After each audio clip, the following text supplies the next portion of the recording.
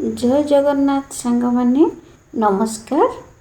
तड़का बायरीना को आपण मानकु बहुत बहुत स्वागत। आज आमे बनैबा गोटे स्वादिष्ट और स्वास्थ्यजनक खाद्य गोटा मुग पकड़ी और टमाटो चटनी।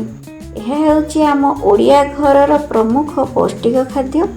ताहाले आ डेरी काहेकि करबा, आसंतु तैयारी करबा गोटा मुगर पकड़ी। प्रथमे आमे टमाटो चटनी पाई गोटे तावा बसई नहींचे, तावारे किछि तेल दे देइचे। एबे दीटा टमाटो को काटी सेथिरे भाजी नबा। दुईटा सुखिला लंका भी मु दे दउची। टमाटर कंचा बास्ना टिके रहिबनी, सेथिपाई मु टमाटो को भाजी नेली। एबे मुग पकड़ी पाई रातिरे मु गोटे कप मुग बतुरेई रखिथिली। एबे ताकू भलरे धोई बाटी नबा। सेथिरे खंडे अदा, दुईटा कंचा लंका दे बाटुची। बेसी चिकन करिवेनी, टिके खदड़ा थिले ही ए पकोड़ीटी भल लागिबो। सेपटे आमर टमाटो ठंडा हो सारिथिबो, ताकू आमे एबे चटनी बाटिबा। चटनी बाटिबा पई मु 2-4 कोला रसुण सेथिरे दे दउची। ताकू गोटे ग्राइंड जार रे दे नउची। स्वाद अनुसार लूण, किछि लेंबू रस दे ताकू मु बाटी नेबी। एबे आमे मुग पकड़ी पाई मुग बटा को गोटे बाउल को बाहर कर दबा। मने रखंतु बेसन पकड़ी ठारू यह अधिक स्वास्थ्यकर, कारण मुगरे प्रोटीन फाइबर अधिका थाए।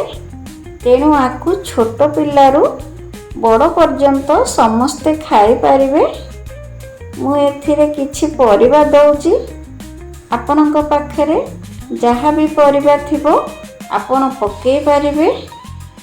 आशा करूची भिडियोटी जदि भल लगी थिबो ताहा हेले लाइक करिवे, शेयर करिवे। चैनल रे नुआ थिले निश्चय सब्सक्राइब करिवे। एबे आमे एथिरे किछि कटा कखारु दे दउचे, आउ किछि कड़ी पत्ता को मु काटी रखिछि ताकू दे दउचे। कटा पियाज को दे दउचे, कटा आलू को दउचे, आउ किछि गोटा जीरा दे देइचे। आको एबे आमे भलरे मिसेई नबा। टिके भलरे गोळा गोळी कर दबा, जा फल ये टिके फुली जीवो।